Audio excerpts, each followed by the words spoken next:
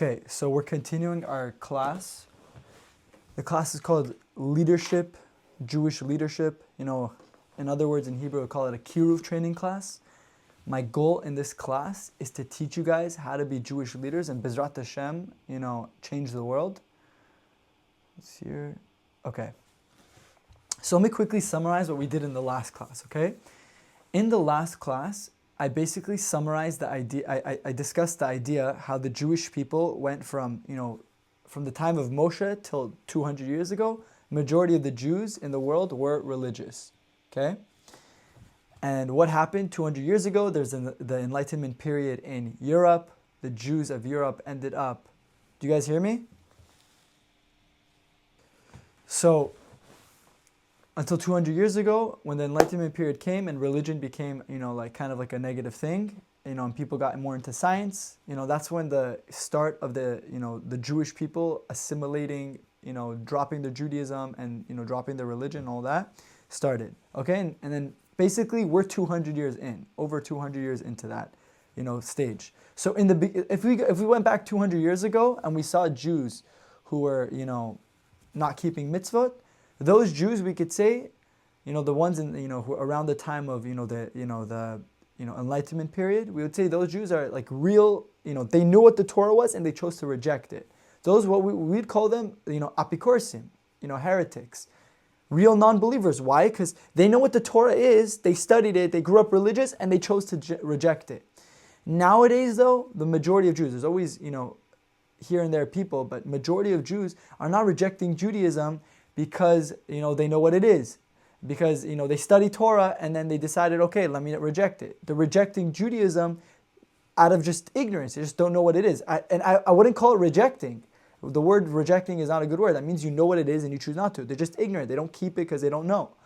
So that's what we're dealing with right now. So because of that whole situation, the approach to Kiruv nowadays of reaching out to Jews, it's much different than what it was before. But yeah, here and there, you'll meet those people who know Torah and choose to reject it. But again, it's not like what it was before. I'm talking about the masses. The masses, it's not like that. Okay, so this is my goal. So the goal last class was like the history, the background. So you guys get the idea of how we got to where we are today. The goal in this class is I want to give you the class that I heard that got me into doing Jewish outreach and basically dedicating lots of my time, energy, my life to this. Okay. This is a speech where, I'll tell you a little bit of my story. So, again, I'm not going to go through the whole story. It just takes a long time. But, I skipped 11th, 12th grade. I was in college. I was in Santa Monica College, okay? And around that time, I had an older brother who introduced me. So I was listening to Torah. I was listening to, speakers, Torah speakers, and reading books. But I wasn't into the idea of, reaching out to another Jew, sharing what you learned with somebody else. I was just into the idea of, let me learn. This is cool. I was more, focused on myself. Then I had a cousin, and this cousin, wrote a famous book on, Shmir Tabrit. It's called Battle of Our Generation. It's a whole book. It's just on the idea of battling pornography addiction. It's an unbelievable book with Torah sources. He's a UCLA, he went to UCLA, majored in psychology. Okay, this book he printed out, hundreds of thousands of books. Okay, and gave them, and he did it totally for free. He's a very inspirational guy. He's actually a doctor right now, and he basically gave a class, and the class was based off of, Rav Noach Weinberg's class on why a Jew needs to do outreach, why a Jew needs to reach out to other Jews. And that class that I heard, that one class changed my whole perspective, and it made my Judaism, instead of being a self-centered Judaism where it's all about me and my relationship with Hashem, it turned my whole Judaism into a Judaism where it's, of course I got to focus myself and build myself, but it's all about helping other people. It's not about just me, it's about sharing that good with other people, okay? So, in Indisputable Truth, I got his entire speech, and in the last, after reading the entire book, you read it, I bring that section, because I don't think that section of reaching out to other Jews will make sense until you get all the ideas of God, Torah, purpose of life down, okay? So I'm going to read to you the section of what, implementing some of the stuff that I included, my ideas and all the ideas my cousin, said.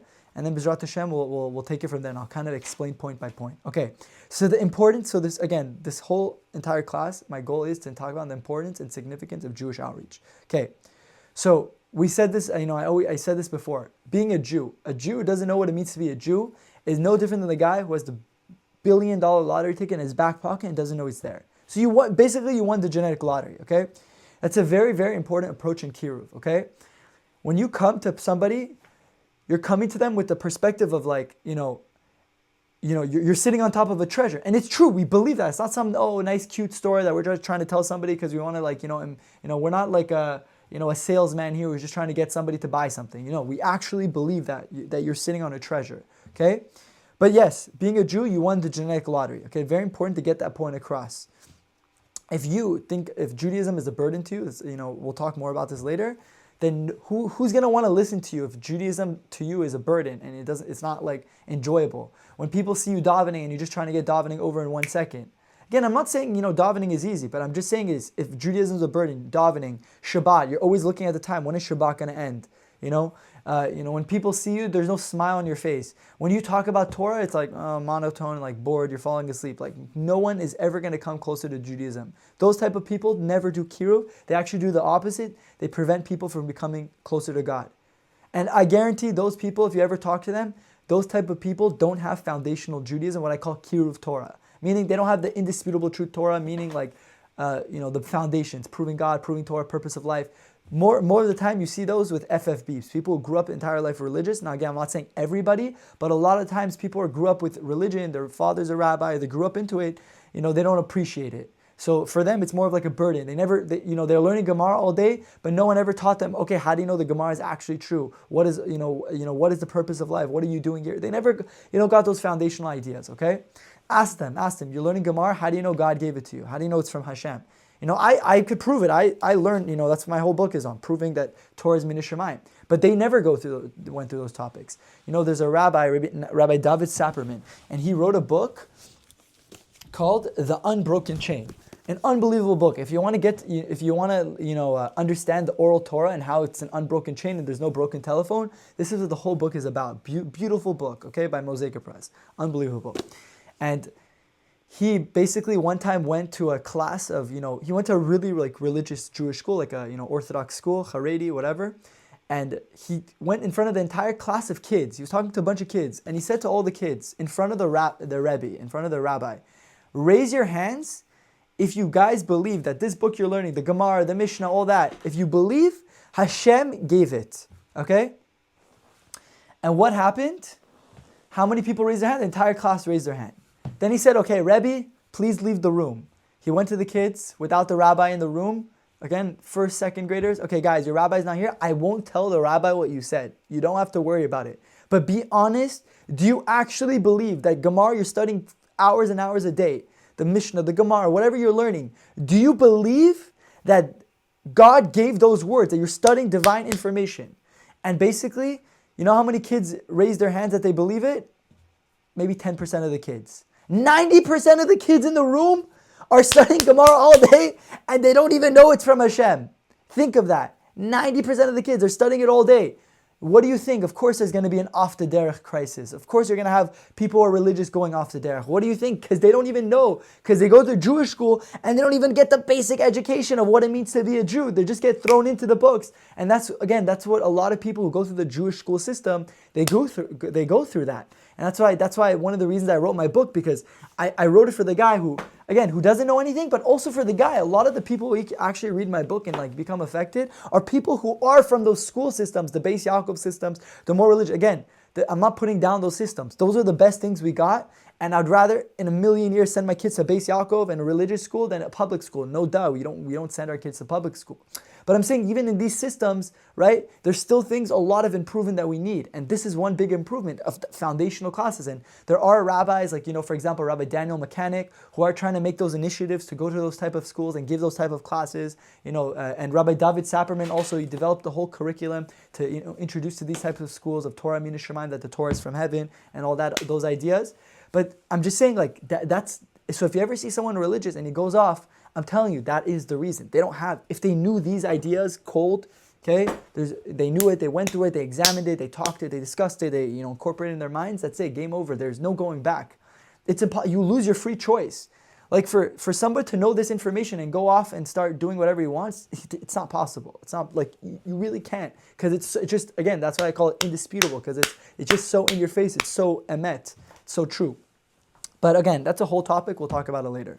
Okay, so I'm just going to read here. I'm not going to go on a tangent. This means that a Jew doesn't know what it means to be Jew is similar to the person who won the lottery for $1 billion and has the ticket in his back pocket and doesn't know it's there. Okay, fine. Now let's expand on this idea and turn it into a powerful idea and a lesson in Kiruv. Okay? Again, I said before, Kiruv means helping other people get close to Hashem. The whole purpose of life is to get close to Hashem, build that relationship. Kiruv is when you help another person get close to Hashem. Okay? So, to expand upon this idea, imagine a 20-year-old went to his local convenience store and purchased a lottery ticket. It ends up being the winning ticket, and for whatever reason, he didn't check if he had the ticket, and he went another 60 years without ever realizing that he could have been a billionaire the whole time. Okay, and we're talking about a guy. I'm not talking about a guy who's already rich. He's poor. He's struggling. That money could have done him a lot of good. Okay, so again, he has a winning lottery ticket. He doesn't know it's there. He's 80 years old. Okay. What ends up happening? At 80 years old, he's on his deathbed, and he finds, again, this is just a made-up story, so it doesn't really matter the example, the details of how of the practicality of this happening, but you get the idea. He's on his deathbed, he finds the ticket in his back pocket, and he's going nuts. It's a tragedy. If he knew he had the ticket, he's crying, he's devastated.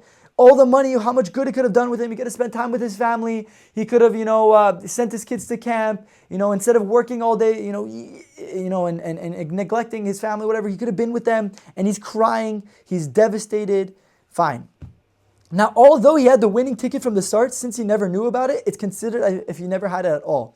Now, to take this sad story a step further, imagine this old man found out that his best friend, one of his closest friends, that he saw every week, that he hung out with, maybe his relative, whatever it is, knew that he had the ticket his entire life, 60 years earlier, but never cared to say anything to him because he didn't think it was important enough, The 80-year-old man would be so upset with his friend and would scream at him saying, what? You knew I had the winning ticket this whole time and you never said anything to me? How dare you? So think of that. Just let that sink in. Let that idea sink in. If the guy had the ticket and didn't know, he's going to be devastated, but he's not going to blame anybody. Okay, it's my fault. I didn't know about it. Okay, fine. But if you're his best friend, you hung out with him every day, you knew, you could have helped him, you could have gave him the resources to change his life, to live the ultimate life, and you stood back and just let him do that? Come on. How can a person ever do that? How can a person stand by like that while somebody is basically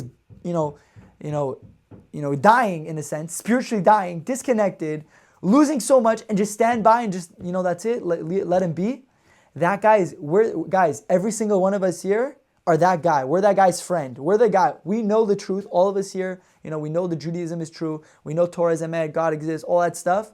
We know the truth, and we are literally hanging out with people. It could be our friends and our family. It could be our cousins, our relatives, our parents, whatever it is.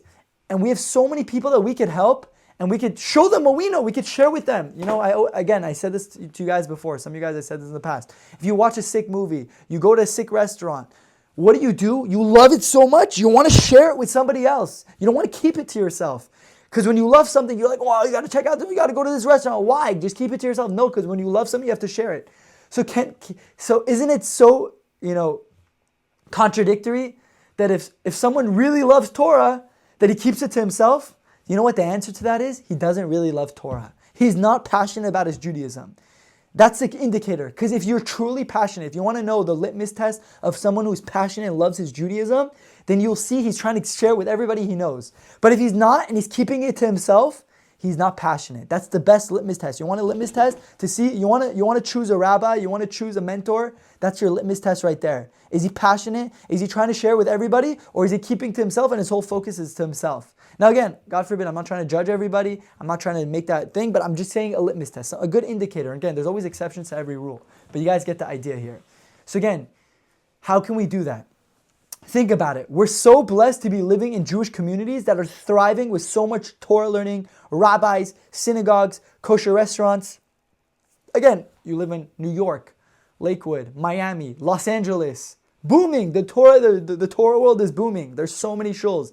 Again, for example, in Los Angeles, again, if I could count to you how many shuls are on Pico Boulevard, it's unbelievable. Unbelievable how many shuls, how many kosher restaurants. Baruch Hashem, amazing. Again, New York, everywhere you go, millions of Jews and tons of resources. Nevertheless, just a few blocks away from our Jewish communities, or even directly within them, so many secular Jews don't know the basic fundamentals of Judaism, such as, for example, Shema Yisrael.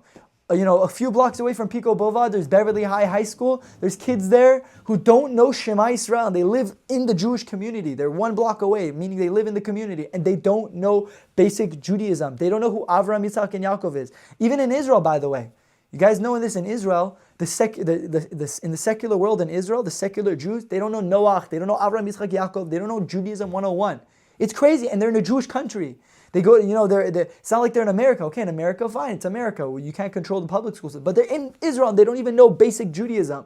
Again, it's a crazy, and I told you guys why, in the last class, the reason for that, because of the whole, the movement of the secular Zionists. Again, there's religious Zionists, there's secular Zionists. And I'm not saying, I'm not putting down Zionism. Again, I'm putting down secular Zionism, because that for sure is against the Torah. The whole goal of having a Jewish country without the religion, again, that goes against the Torah. That's not what Judaism says. Okay? You want to live in Israel? Do it within, with the Torah. But fine, that's a whole topic. But the secular Zionists, their whole goal was what? Shut down Judaism in Israel. Okay? But again, that was last class. So, say the secular Jew was born and lived 100 years ago in the middle of Russia, without any internet or Jews around him to connect him to Judaism. This individual will be lucky enough to even know he is Jewish. Guys, I learned with so many people, especially the Russian Jews, they don't keep some of the Russian Jews I learned with don't keep anything. They don't keep Yom Kippur, they don't keep Shabbat. The only thing they know is they're Jewish. And even that, it's already a couple of generations in. How do they know if they're 100% Jewish? And we don't know. We really don't know. There's no way of knowing. They didn't keep anything. They didn't keep Yom Kippur. They didn't do Brit Milah. They just knew, okay, I'm Jewish. That's it. Okay? Which is crazy. So, if the guy lived in the middle of Russia, okay, he's lucky enough to know he's Jewish. Although this is tragic, his disconnect to Judaism is understandable. Meaning, I'm not saying it's okay, but it's understandable. He lives in the middle of Nowheresville. No duh, he's going to be disconnected from Judaism. Okay, it's a tragedy, but it's not like, okay, it's, at the end of the day, we understand. It's understandable. Because he had absolutely no access to rabbis or Jewish communities. On the other hand, the secular Jew who lives next to or within the Jewish community his entire life is associated with the religious Jew. Either they see each other in the streets, at Shabbat meals, in school, family gatherings, friends, every religion, again, work, whatever the case is. After he leaves the world, this secular Jew, who's friends with all the religious Jews, who lives in the Jewish community, he's going to come to us, the religious Jews, the guys who know the truth, and what is he going to say? He's going to be like, why didn't you say anything to me? Why did you care about me? You knew the truth. You knew Torah. You knew mitzvot. You knew the beauty of Judaism. You know if I lived by the Torah, I would never got divorced. I would have had amazing kids. I would have got married. By the way, nowadays, the problem is not even, getting married. Back then, the problem used to be intermarriage, 20, 30 years ago. Nowadays the values are so low, people are not even getting married. Forget the intermarriage problem, marrying non-Jews. People are not even getting married at all. That's the problem today. It's a whole different generation. The Kiruv today is, again, totally different. So, okay, which one is worse? Again, obviously, yeah, of course marrying a goy, yeah, of course that's worst, okay? But I'm not trying to say, exactly. I'm not trying to say get married to a goy. God forbid. It's asur. Yeah, obviously it's better to be not married at all than marry a goy. 100%. That's what the Torah would say. If a guy had no way, again, hypothetically, he had no opportunity, no way of getting married, and the only person he can marry is a goy, then he would not get married. Again, that's not the reality. I'm just giving a hypothetical. But yeah, 100%. But I'm just saying it's so sad that even people are like, our problem is not even that people are getting married. Our problem is, people are not. Our problem is not people are marrying goyim. They're just not getting married at all. Again, both is a problem. Both are, whatever. But let's keep going. So he's going to say, you knew the truth. You knew what the purpose and mission of life. Again, imagine you know the purpose of life. You know the reason why you exist. You know the reason why this guy's in this world. And you keep it to yourself. I always say, if someone knows the purpose of life, first of all, if someone doesn't care about it, something is wrong with them. If you don't care about why God created you and you don't want to know the purpose, something is wrong with you. But let's say you do know the purpose and you're not willing to share it with somebody else and tell them, that's even crazier. Okay? So you know the purpose and mission of life and how the Torah is the instruction manual on how to live the best life in this world. Again, that's what we believe in. We believe the Torah is the ultimate instruction to live the best life in this world. Okay? and acquire not only this world, also get the next world, eternity. So you get the best of both worlds. You knew that? How could you not tell me anything? How can you not tell me any of this? That is what every person in Shemayim, after 120 years, they're going to be telling us. When we die, all the secular Jews we know, again, it could be anybody in your vicinity, your parents, your family, your cousin, your relatives. It could be your friends. It could be whoever it is. It could be your followers on Instagram. Doesn't matter. Okay? It could be those Jews that you could have reached that you didn't reach. Hashem is going to say, they're all going to come in Shemayim and tell us this. Why didn't you introduce me? You had the ability. You had the influence. You knew me. You hung out with me. You didn't even try. Forget about even trying. Some people say, oh, I tried. The guy doesn't care. We didn't even try. We didn't even make an attempt. That's tragic. That is tragic. Okay? Again, I'm sorry for going hard. I'm just like, it pains me. It pains me that this is the situation. And again, I know most people are not doing this because they have bad intent. It's just, we're also ignorant in a sense. You know, us religious Jews are also ignorant about that mitzvah of Kiruv. But again, we're trying to make a revolution. We're trying to change this whole perspective. And if we change our mindset, we'll look at the world differently. Okay? So Hashem is going to, okay, so listen to this. This is crazy. The way, you know, the way this idea hit me, like this is how I see it in my brain, okay? Hashem is going to tell this secular Jew at the end of his life, he missed his purpose in life. As a result of this, not only the secular Jew, this non-religious Jew has no connection, not only is he going to be upset at his religious friend, cousin, or family member for not telling him the truth, but God is going to be upset at this religious Jew and hold him accountable. Okay, and we'll talk about that. We'll go into that whole idea of accountability. God is going to tell each of us religious Jews, you have lived in a spiritual mansion full of spiritual wealth. You knew the truth, while your friend was suffering in spiritual poverty, and you didn't care at all to say anything to him. How did you have the audacity to leave him all alone to perish? The real reason you left him alone, all alone, was because you were so focused on your own life that you neglected to help anybody else. That's the idea. Again, that's the tragedy. We're so focused on our own religion, we're so focused on our own Yiddishkeit, our own relationship with Hashem, that we forget our brothers and sisters are perishing at the front doors. We forget that there's a spiritual Holocaust going on. Think of that. Think about, let me give you an example. Let's go to the Holocaust, right? Imagine it's the Holocaust right now. We live in America and we know there's Jews dying in Germany, okay? We know that, you know, what's going on, there's a war. Imagine that guy who knows there's a Holocaust, has the ability, maybe he's a billionaire, maybe whatever ability he has some type of influence, maybe he could protest, I don't know. But he decides to just be like, oh, I'm busy. Do you see what's going on right now? I'm working. I have to focus on my own work, my job, my business. It's down, it's up, my children, my family. But there's Jews dying in Germany. They're dying. They're literally getting burned to death. No, but I have to worry about making the extra $1 million this year. What do you mean? I'm so worried. I'm so focused on my own life. It's no different. It is no different. And that's how you have to look at it right now. And I'm telling you again, sounds a little bit extreme, but this is not extreme. This is what we believe in. This is Torah at the end of the day. I think Rav Berkowitz or Rav Noach, I forgot who said it, but he said that we should look at a secular Jew who's disconnected from Torah no different than somebody who's about to go in a gas, one of those carts that are leading to the gas chambers. The secular Jew is literally on the verge of spiritual extinction. He's going to marry a non-Jew, he's going to disconnect, and that's it, he's done. His Judaism is over. He lost his Judaism, okay? We have to look at it like that. Now, just like the guy who's in the gas car, you'll do whatever you can to get him out and help him because you love him and you care for him and you don't want him to die. We have to look at the secular Jew in the same way. Again, not to say in an extreme way. I'm not trying to be an extremist or anything. I'm not trying to say go crazy and go on the street and go pull people and be like, oh my gosh, you're going in the gas there, I gotta help you. No, I'm not saying be crazy, okay? I'm just saying we have to look, the hashkafa, the ideology that we have to think like is that. We have to think of it, it's a spiritual Holocaust and we got to do whatever we can to help our brothers and sisters. That's all I'm trying to say, okay? So,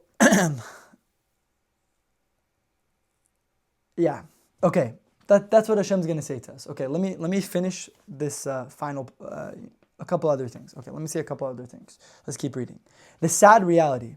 We are often so caught up with taking care of our own needs that we become blind to helping our own brothers and sisters, forgetting that it's a dishonor to Hashem, it's a dishonor to God that we're not worried about His honor and His children. Guys, the biggest chil Hashem out there is the fact that majority of the Jewish people in the world reject God and don't have a relationship with Him. That is the biggest desecration of God's name. That is the biggest chil Hashem in the world. Okay? If a Jew doesn't, again, chil Hashem means desecration of God. Okay? That is the biggest desecration of God. The Jewish people are being led astray. This is a Chil Hashem, a desecration of God's name of historic proportions. How do we even raise our heads?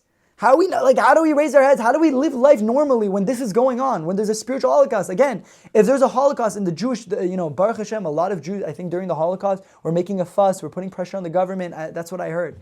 But I'm saying is, imagine and we're just keeping our heads down. How can we even raise our heads when something like this is going on right now and we're not even doing anything about it?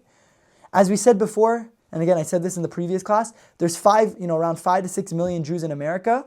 And the latest population study shows about 25%, so about 1.25 million of them are practicing a religion other than Judaism. 75% of Jews are marrying non-Jews. 1.6 million American Jews identify as Christians. 20% of American Jews describe themselves as having no religion at all. And about 40% of practicing non-Asian Buddhists in America are Jewish.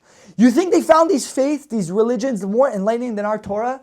Like I said last class, you think, all of a sudden, I examined Judaism and I went through the whole Bible, I went through the whole Torah, and I chose to reject it. No, they don't even know there's 5 books to Moses. Let's put it that way. They don't know who Abraham, Isaac, and Jacob are. They don't know anything. Okay. Instead, they were so ignorant of their heritage that the non-Jews won them over without even a fight. These Christian missionaries go on campus, JC, JC loves you. You want to go to heaven? Boom, the guy goes in without even knowing what Judaism. And again, I deal with Jews like that all day. I see all types of people like that. Okay?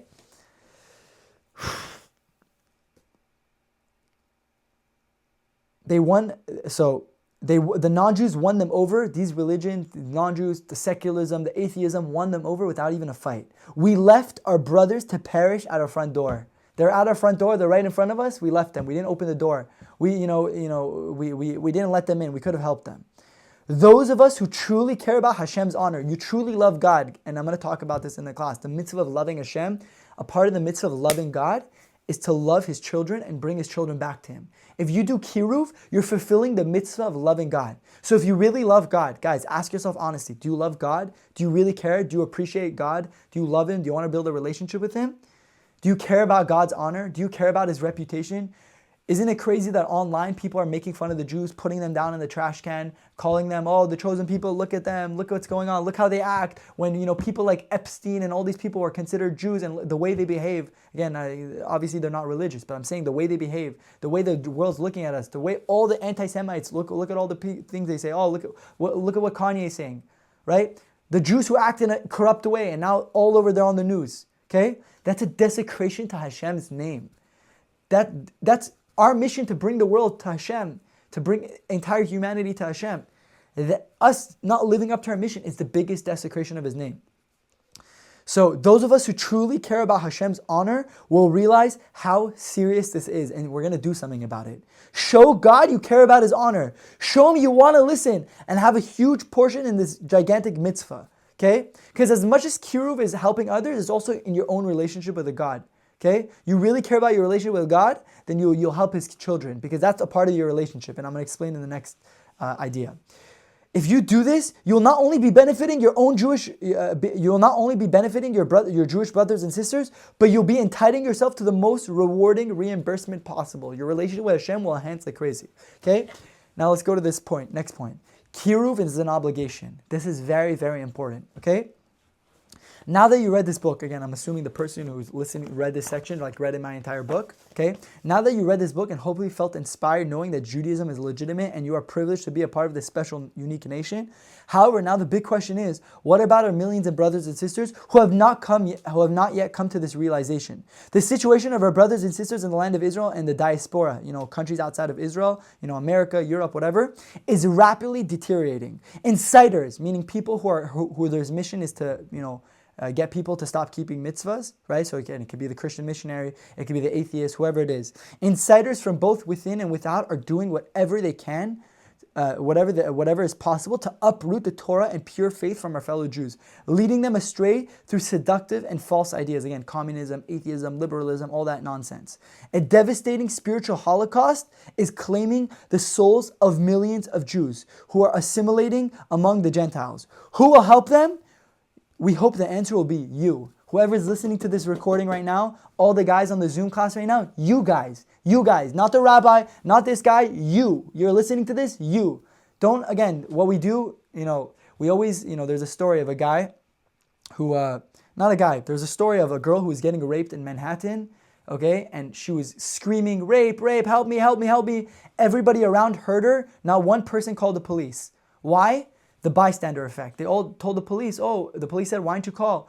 We thought somebody else was going to do it. We thought somebody else was going to do it. No. There's nobody else going to do it, guys. Nobody else. If you don't do your part, nobody else is going to do it. And you also have a unique mission. Okay, we'll talk about that when we talk about when we get to the subject of finding your unique purpose in life. How do you do that? But no one else will do the job. You are the only person to do it. You, not anybody else. And why? We hope the answer will be you, as this is every Jew's responsibility. As it says in the Torah, Kol Yisrael Arevin Zeh Lezeh, which means what? Every Jew is a guarantor for his brothers. Meaning what? Every Jew is responsible for each other. Why? We're one body. Okay? If one Jew does a mitzvah, it affects all Jews. And if one Jew does a sin, it affects all Jews. We're all on the same boat. One person can't drill a hole in his own room at the bottom of the ship and say, this is my room, I'll do whatever I want. If one Jew goes down, we all go down. And that's the very important idea of Kiruv that we have to understand. We have to look at it as, guys, we are all one body. This is not about me, this is not about you. No, we're all one team, we're all one body, okay? If someone's leg is chopped off and he's bleeding out, guess what? The arm will get affected. The arm is not going to say, the leg is getting chopped off. That's not me. I'm good. I'm the arm, or I'm the brain. I'm good. No. The leg is chopped. If there's a hole in a ship, game over. Everybody's down. We're all affected. That's how you have to look at it. So if you have this secular Jew who says, I'm good. You guys you religious people, you guys do you. I do me. No, buddy. We're all on the same page. It's a basketball game. If you need everybody to do their part. If one guy says, no, I'm going to play one-on-one basketball, it's wrong. But you know what's worse than that? When you play basketball, every time I play basketball in the park, it's always a one-on-one. Everyone's like, it's a 5-on-5, but it's really a one-on-one. It's like king of the court. Everyone's playing their own game. That's bad.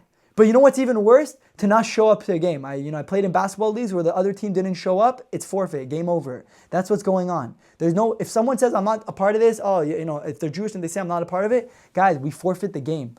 So if you want to win the game, if we want to do our mission in the world, we want to bring Mashiach, we want to save the world basically, every Jew has to be involved. Every Jew has to be on the same page. Okay? Now, I want to read to you the Chafetz Chaim. The Chafetz Chaim wrote, and Chafetz Chaim is so powerful. Guys, Chafetz Chaim, he was going through the Enlightenment period. So he was not in our Kiruv stage where people were ignorant. Okay? Maybe, actually, he was meaning people were, you had the people that started the reform, whatever. He was in the middle, right after, I don't know the exact time period. Okay, so people were ignorant at his time, but a lot of people in his time were also just rebelling out of not they knew what Torah was and they chose to rebel it. So our time's a little bit different, but look what Chafetz Chaim wrote. Chafetz Chaim says, when one sees people drowning and doesn't know how to save them, he must either hire people who know how to do it or learn himself. Meaning if some guy's drowning, either you got to jump in, or if you don't know how to jump in, you got to hire somebody to go and do it. Okay? Or you got to learn yourself. We therefore claim that a holy obligation rests upon each and every Jew to devote his energies, his money, his resources, whatever he has, to Kiruv Rechokim, Jewish outreach, through learning, teaching, and financially supporting those already involved in this holy work. We have personally witnessed the tremendous success of those active in the field who have saved tens of thousands from spiritual destruction. Most of the Jewish people are still wandering in the darkness. However, it rests upon us to bring them to this light. There is no question that the single greatest issue facing our people today is the fact that the vast majority of our brethren have no connection to the Creator of the world and His Torah. These people see little value in even identifying themselves as Jewish altogether. Forget even keeping commandments, even identifying as a Jew. We must therefore dedicate our energy, resources, and creativity to save what is left of the Jewish people. And by the way, this is just going back on the idea. Again, as a rabbi who works in Jewish outreach, I'm seeing this all the time. This is what I'm involved with. We're living in a new generation, Baruch Hashem, so many people, so many Jews, especially with October 7th, okay? Again, not that God forbid, October 7th was a horrible thing, but I'm saying as the aftermath of October 7th, so many Jews who didn't even want to they don't want to even identify as Jewish, are all of a sudden identifying, or all of a sudden being involved, all of a sudden want to start learning Torah. It's an unbelievable thing what's going on right now. Okay? So Bezrat Hashem, my plan is for next time to discuss, go more into this. I didn't, there's a lot more to say on this topic, a couple more pages. But Bezrat Hashem, let's finish there. Does anyone have any questions? Okay, so the question basically is that, what do you do if you love Torah, you study it, and you want to share it, but you're just scared because you're scared, of how people are going to look at you, your relatives, your family, your cousin. So in that case, you want to share it, you are passionate, but like, how are you supposed to do when everybody around you is like, basically super ignorant or whatever? Is that the question? Yeah. So I'll enter the question like this. Again, if you have what's a good way of saying this? If you're a fire, right? If you have a fire, whatever is surrounding the fire, if I put a napkin, a tissue right next to the fire, it will catch fire. Meaning what? If you are truly passionate about what you believe in, it will, I call it a religious osmosis, a Torah osmosis. You're automatically gonna, influence people around you. So the first most important step is that if you are, I'm not saying go in and go like start being, go to everybody and like, no. If you, I heard this from Rabbi Meir Yadid. He gave a whole, speech about this at the Project Inspire Convention, which is a whole convention on how to, get, it's like a whole convention for religious Jews to inspire religious Jews to do outreach. And he basically said that Yosef HaSadik, right? This is the example he gave, which is a beautiful example. Yosef, okay? Yosef was, he was in the dungeon, whatever. Hashem, saved him, and he became Pharaoh's viceroy, okay? Now Yosef, right? He went from rags to riches. He became the number one person, second into command in the world. Now listen to this. So listen to this. So Yosef HaSadik, okay? He, sorry, just going back. So again, Pharaoh, completely atheist, not connected. When you read the Torah, when Pharaoh met Yosef, Pharaoh said, "Is there any man who the Spirit of God is within him?" Meaning Pharaoh went from an atheist idolater, and after meeting Joseph, within a matter of minutes, whatever it is, whatever the time, a short period of time, he became a believer. The question is, how the heck did Pharaoh went from atheist to believer in minutes? And the question and the idea is what? He saw Joseph. Joseph was passionate. Joseph was so real with Hashem. He had so much emunah and trust in Hashem. And his relationship with Hashem was so strong that he automatically influenced people around him without having to do anything. Okay? So step number one, again, we'll have a whole class on this another time. But the idea is you got to be, if you're passionate, it will rub off on other people. Number two though, you're saying, but I'm, people are going to judge me, this, that. Again, you missed all the shots you don't take. Let me tell you something, as a Kiruv rabbi, there's something called bageling. I don't know if you ever heard about the idea of bageling. Bageling is the idea when a secular Jew, he's not wearing a kippah, he's not wearing anything, so you don't know he's Jewish. I'm a rabbi, I'm wearing a kippah, I look religious. He's not, he's secular, he's just in the streets. And he sees you, and because he sees you're Jewish, he wants to let you know, hey, I'm Jewish also. So it's called bageling. He goes to you and he's like, oh, good Shabbos, Shabbat Shalom. And the guy looks like a goy, he's not wearing a kippah, doesn't look at anything. Oh, good Shabbos, Shabbat Shalom. Or he says, oh, nice Magen David. Oh, or he starts saying, oh, but I remember one time I was watching Shark Tank when I was younger, and Mark Cuban, he's Jewish, and when a Jewish guy with tzitzit came on the show, Mark Cuban be like, oh, did Bubby give you those tzitzit? Like something like that. He started throwing like Jewish terms. What is he doing? He's bageling. He's trying to let the guy know, hey, I'm Jewish. So subconsciously, again, the Chabadniks are very into the idea of the Pintele Yid. Like inside within every Jew is a fire, okay? No matter how secular, no matter what he says, oh, I'm atheist, he's a Jew at the core of his heart. And he's basically, in a sense, he's screaming from within, come, talk to me, reach out to me, challenge me. It's crazy. I learned with atheists. I don't know why. Why does an atheist want to learn with a rabbi? If he believes it's all nonsense, why is he spending 1 hour a week? I have another student who converted to Christianity, okay, but before we met, and he learns with me every week for a year. Why does he want to learn with me? What do you want to have to do with me? Like, you don't believe in it, that's it. Go along your way, you're atheist. Why does he want to talk to me every week? Because in his heart, he knows it's true. But his Yetzer Hara, whatever reason is, his desires, this cognitive dissonance, whatever it is blocking him. But he wants you. He's he's craving for you subconsciously to come talk to him.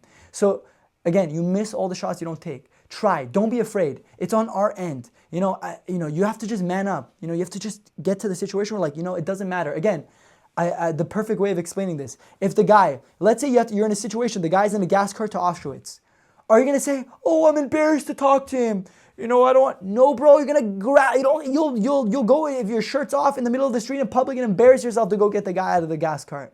You're not going to think about that. So you have to look at it from that perspective. It's do or die, baby. If you don't do it, no one's going to do it. But we'll talk about that more later. Okay? Any other questions? If not, we'll finish there. Okay, thank you guys. We'll finish there. Hey, hey, hey, hey, say, toiler, hustler, do a miss or make a bracha. Toiler, hustler, do a miss or make a